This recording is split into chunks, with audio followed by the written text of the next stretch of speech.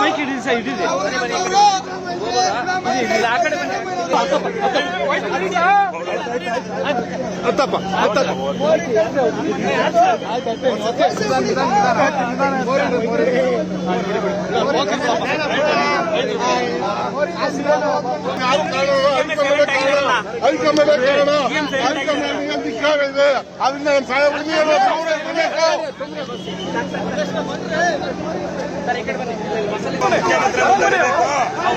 ಅದರಿಂದ ಮುಖ್ಯಮಂತ್ರಿ ಮುಂದೆ ಈ ಕಾಂಗ್ರೆಸ್ ಕರ್ನಾಟಕದಲ್ಲಿ ಉಳಿಯಲ್ಲ. ಕರ್ನಾಟಕದಲ್ಲಿ ಕುರುಬ ಸಂಖ್ಯೆ, ದಲಿತ ಸಂಖ್ಯೆ, ಅಲ್ಪಸಂಖ್ಯಾತ ಸಂಖ್ಯೆ ಜಾಸ್ತಿ ಇರೋದ್ರಿಂದ ನಾವು ಸಿದ್ದರಾಮಯ್ಯ ಮುಂದುವರಿಸಬೇಕು. ತಗೋಬೇಕು. ಯಾಕಂದ್ರೆ ಇವತ್ತು ದುಡಿದಂತ ಸಿದ್ದರಾಮಯ್ಯ ಸಾಹೇಬರಿಗೆ ಭಾರಿ ಅನ್ಯಾಯ ಮಾಡ್ತಾ ಇದೆ. ಕಾಂಗ್ರೆಸ್ ಸರ್ಕಾರ ಇರೋದೇ ಸಿದ್ದರಾಮಯ್ಯ ಸಾಹೇಬರಿಂದ. ಸಿದ್ದರಾಮಯ್ಯ ಸಾಹೇಬ್ ಬೆಳೆಸಿದ್ರೆ 28ಕ್ಕೆ ನಿಮ್ ಬಂಡವಾಳ ಗೊತ್ತಾಗುತ್ತೆ. ಹಂಗಾಗಿ ಸಿದ್ದರಾಮಯ್ಯ ಸಾಹೇಬ್ರು 5 ವರ್ಷ ಕಂಟಿನ್ಯೂ ಆಗಲೇಬೇಕು. ಒಣ ಕ್ಷೇತ್ರ ಬಗ್ಗೆ ಮಾತಾಡಿ. ಇಡೀ ರಾಜ್ಯದಲ್ಲಿ ಏನಾದ್ರೂ ಆಯ್ತಾಯ್ತು ಹೇಳಿ ಏನಾದ್ರೂ ರಾಜ್ಯದಲ್ಲಿ ಒಳ್ಳೆತನ ಮತ್ತೆ ಅಹಿಂದ ವರ್ಗಕ್ಕೆ ಒಳ್ಳೇದಾಗಬೇಕು ಅಂತಂದ್ರೆ ಇವತ್ತು ನಮ್ಮ ಸಿದ್ದರಾಮಯ್ಯನವರು ಇನ್ನೂ 2 ವರ್ಷ ಮುಂದುವರಿಬೇಕು. ಈಗ ಈ ಕಾಲದಲ್ಲಿ ಈಗ ಎಲ್ಲ ಸುಕನ್ಯವಾಗಿದೆ, ಸಾಮಾನ್ಯವಾಗಿ ಎಲ್ಲ ವರ್ಗದ ಜನಾಂಗಕ್ಕೂ ಎಲ್ಲ ತರದಲ್ಲಿ ಒಳ್ಳೆತನ ಮಾಡ್ಕೊಂಡು ಬಂದಿದ್ದಾರೆ. ಇನ್ನು ಮುಂದೆನೂ ನಮ್ಮ ಸಿದ್ದರಾಮಯ್ಯನವರು ಇರಬೇಕು ಇನ್ನೂ 2 ವರ್ಷ. ಅದರಿಂದ ಅಹಿಂದ ನಾಯಕರಾಗಿ ಇಂತ ಇರೋದ್ರಿಂದ ಇವಾಗ ಅನ್ಯಾಯ ಆಯ್ತಾ ಇದೆ. ಇನ್ನು ಮುಂದೆ ಅವರೇ ಆಗಲಿ, ಡಿ.ಕೆ. ಶಿವಕುಮಾರ್ ಆಗಲಿ, ಪರಮೇಶ್ವರ್ ಆಗಲಿ, ಯಾರೇ ಆಗಲಿ, ನಮ್ಮ ಪಕ್ಷದವ್ರು ಯಾರು ಬೇಡ ಅಂತ ನಾವು ಏನು ಹೊಟ್ಟೆ ಕಿಚ್ಬಿಡ್ತಾ ಇಲ್ಲ. ನಾವು ಹೇಳ್ತಾ ಇರೋದೇನಂದ್ರೆ ಅಹಿಂದ ನಾಯಕರು ಈ ವರ್ಷ ಪೂರ್ಣ ಮಾಡ್ಬಿಟ್ರೆ ಇನ್ನು ರಾಜಕೀಯ ನಿವೃತ್ತಿ ಅವರೇ ತಗೋತಾರೆ. ಅವ್ರು ಬೇರೆಯವ್ರಿಗೆ ಅವಕಾಶ ಮಾಡ್ಕೊಡ್ತಾರೆ. ಯಾರ್ಯಾರ ಕೊಟ್ಕೊಳ್ಳಿ. 7 ವರ್ಷ ಇದೆ. ಇನ್ನು 2 ವರ್ಷ ಪೂರ್ಣಾವಧಿನ ಮುಗಿಸ್ಬಿಡ್ಲಿ. ಪರಶುರಾಮ ಒಣ ಕ್ಷೇತ್ರದವರು ಉಳಿಮಾನು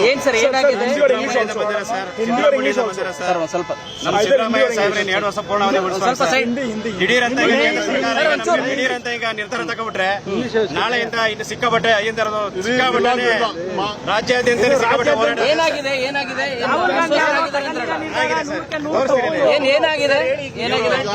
ಸಾಹೇಬರು ರಾಜೀನಾಮೆ ಕೊಡ್ತೀವಿ ಅಂದ್ಕೊಂಡೇನೆ ಒಬ್ರು ಚಲುರಾಯ ನಾಯಕರು ಅಂತ ಹೇಳ್ಬಿಟ್ಟು ಅಸ್ವಸ್ಥರಾಗಿದ್ದಾರೆ. ಅವ್ರನ್ನ ಹಾಸ್ಪಿಟಲ್ಗೆ ಅಡ್ಮಿಟ್ ಮಾಡಿದೀವಿ. ಈ ತರ ಎಲ್ಲ ಆಯ್ತಾ ಇದೆ. ಇನ್ನು ನಾಳೆಯಿಂದ ಇಲ್ಲಿ ಏನೇನು ಘಟನೆಗಳು ನಡೀತಾವೆ ಅದಂತೂ ಸತ್ಯಾವಲೋ ಗೊತ್ತಿಲ್ಲ ಸರ್. ಈ ರೀತಿ ಆಗಿದೆ. ಡಿಮ್ಯಾಂಡ್ ಏನು ಸರ್?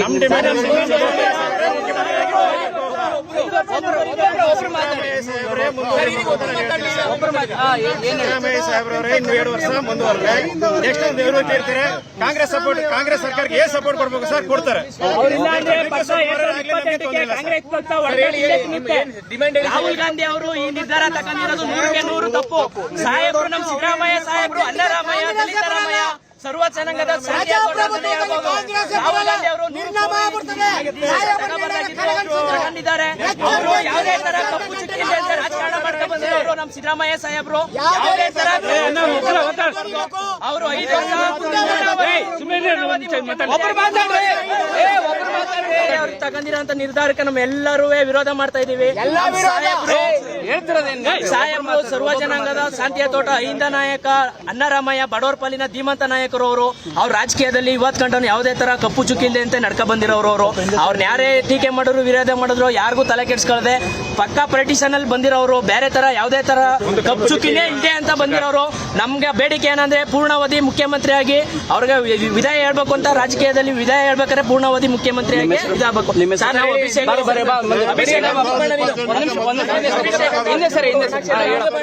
ನೋಡಿ ಸರ್, ನಮ್ ಸಾಹೇಬ್ರಿಗೆ ಇವತ್ತವರೆಗೂ ಯಾರಿಗೂ ತೊಂದರೆ ಕೊಟ್ಟಿಲ್ಲ, ಇಡೀ ರಾಜ್ಯಕ್ಕೆ ತೊಂದರೆ ಕೊಟ್ಟಿಲ್ಲ. ದಯವಿಟ್ಟು 5 ವರ್ಷ ಪೂರ್ಣಾವಧಿಯಾಗಿ ಜನ ಸಹಕರಿಸ್ಕೊಡ್ಬೇಕು. ರಾಹುಲ್ ಗಾಂಧಿ ಅವ್ರ ಕೈ ಮುಗಿದು ಕೇಳ್ಕೊಳ್ತೀನಿ. ಇದು ನಿರ್ಧಾರ ಶುದ್ಧ ತಪ್ಪು ಮಾಡ್ಕೊಂಡಿರೋದು. ಇದೇನಾದ್ರು ಇದು ನೀವು ಪರಿಣಾಮ ಬೀರಿ ಏನಾದ್ರು ಬೇರೆಯವ್ರ ಸರ್ಕಾರ ಕೊಟ್ರೆ 28ಕ್ಕೆ ಕಾಂಗ್ರೆಸ್ ಬರಲ್ಲ. ಎಚ್ಚೆತ್ಕೋಬೇಕಾಗತ್ತೆ. ಈಗಲೇ ಇರಲ್ಲ ಸರ್ಕಾರ, 6 ತಿಂಗಳು ಸರ್ಕಾರ ಇರಲ್ಲ. ರಾಜ್ಯದಲ್ಲಿ ಸರ್ಕಾರ ಗೌರವ ಕೊಡಬೇಕು. ರಾಹುಲ್ ಗಾಂಧಿ ನಿರ್ಧಾರನ ತಪ್ಪು ನಿರ್ಧಾರನ ಖಂಡಿಸಿ ಪೂರ್ಣಾವಧಿಯಾಗಿ ಸಿದ್ದರಾಮಯ್ಯ ಸಾಹೇಬರು ಮುಂದುವರಿಬೇಕು. ನಮ್ಮ ಒಣ ಕ್ಷೇತ್ರದಿಂದ ಮಾದೇವ್ ಅಂತ ಹೇಳಿ ನನ್ನ ಹೆಸರು. ಅಲ್ಲ, ನಾಳೆ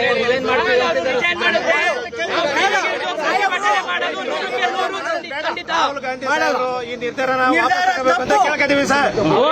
ರಾಜೀನಾಮೆ ಮಾಡಕ್ ಮುಂದಾಯ್ತು ಅಂದ್ರೆ ನಾವು ಪರವಾಗಿ